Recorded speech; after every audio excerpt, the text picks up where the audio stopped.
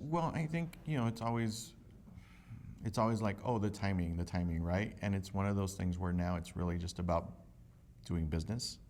So I think the conversation changes when it's more of like, oh, it's aspirational, it's a feel-good thing to do, where it's like, if you want to survive, you need as many possible eyeballs as you can get. And by being able to cater to a diverse group of eyeballs, then your chances increase. So it really has become more of a practical conversation than an ideological one.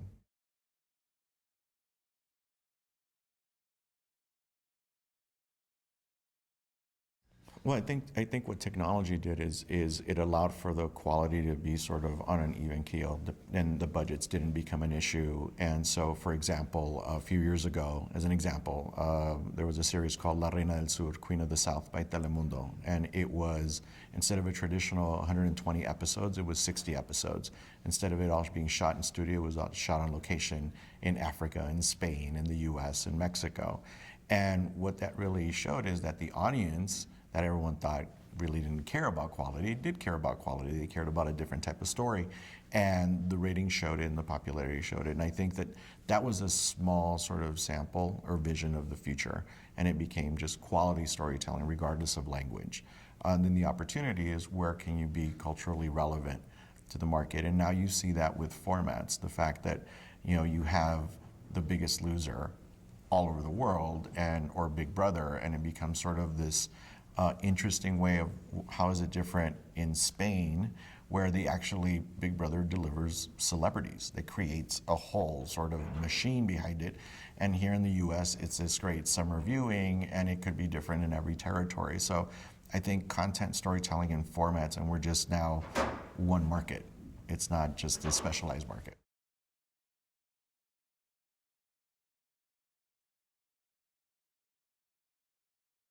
Oh no, I think it goes back to universal stories, and you look at something like The Bridge as a scripted series that's been done in, I think, 10 different territories, differently, but with the same idea, right? You're within a border and you live both sides of it. So I think it's all based on technology. I think it's the fact that, when I was growing up, I was very fortunate that my parents were able to buy me a VHS video camera. I was the only one that I could think of. And now everyone's walking around with a camera and an edit bay in their pocket. So everyone can be a different type of storyteller. My 12-year-old is now telling stories via Minecraft. I mean, who would have thought that that was possible 4 years ago?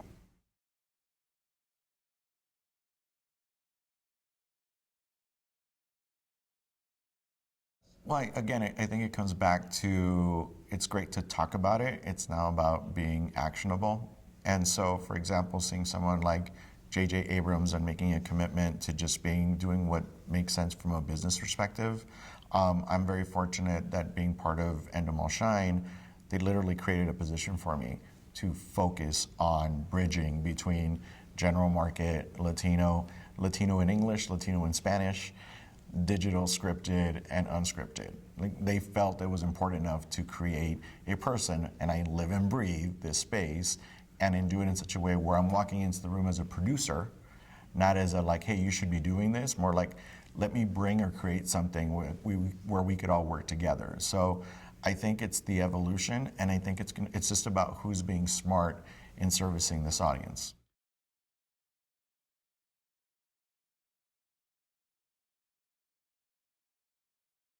My favorite answer to that question is Food Channel, Cooking Channel, Travel Channel, Home and Garden TV, and Spike Lee. Very individual, very much who they are. And you can't, well, Spike Lee is an amazing director. Yes, he's a great storyteller, but he wants to tell a particular kind of story and be very true to it. BET, those shows can now air anywhere, but they have a curated home on BET. So I think that there is an opportunity. What I love about what I do is I can create something specifically for the audience, or figure out creative ways to make sure that there's a voice in it, in a story that's going to resonate globally. So I think that that's the opportunity. Is there assimilation? There's assimilation the moment an immigrant comes to this country. They can't stay in a little cave. So it's varying degrees. But as a consumer, it's like, where do you create a space where you're going to feel comfortable, let your hair down and enjoy watching something.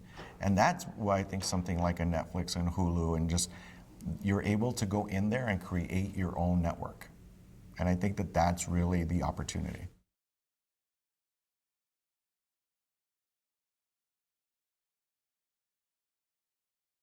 I think the customer base is making that decision for us, right? So people are preferring to get HBO Go, and it's just like, this is what I want. I hear more and more families like they're cutting the cord, and it's like, hey, I have a Netflix account, I have HBO Go, and we're watching stuff on YouTube. And they're making that decision to like steer clear of everything else. And so, I mean, if I think about how crazy it is, if you were able to, right now, DirecTV and say you wanted HBO and Showtime, right? That's $150, and Netflix, which is $14, and WWE Network, it's another. I mean, it has to come to a point where you're going to have to pick and choose, and that's going to be interesting as far as how companies package your deals and get what you want. But the customer is saying, I want to pick and choose. I want to create my own network.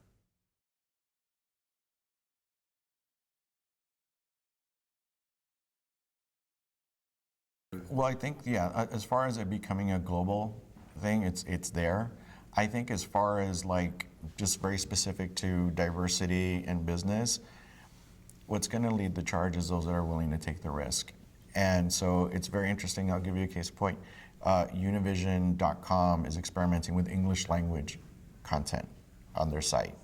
So, 10 years ago, you couldn't have an English language music performance on their music award shows on either Telemundo or Univision. That's not happening anymore. You're introducing English. So the idea that, like you said, we're sort of like, hey, this is the Spanish network, it's only in Spanish, that's changed. The types of stories that you're seeing. So I think as far as like, what's the evolution is that the audience is going to gain more control, have more power. And they're going to say, you know what, I'm not committing to watching a series 5 days a week during prime time. You, Univision or Telemundo or whoever, how are you going to change that for me? So I think that those are the trends that you're going to start seeing. And I think as far as like general market, I mean, think about this, like 10, 15 years ago, you would say that there's a cooking show, a dancing show, a talent show, and a little variety show with kids on network TV in primetime. You would have said, oh, that stuff happens overseas. That doesn't happen here because we have sitcoms and we have sports, and we are now following international trends. And so that's where it's very interesting to see what's going to happen with broadcast, what's going to happen with all of these cable networks, because it's, like you said, there's too many choices, and you can't have, I forget how many hours of scripted programming there is now. So it's all going to whittle down, and it's going to be a battle of good quality, which is ultimately going to be a very good thing.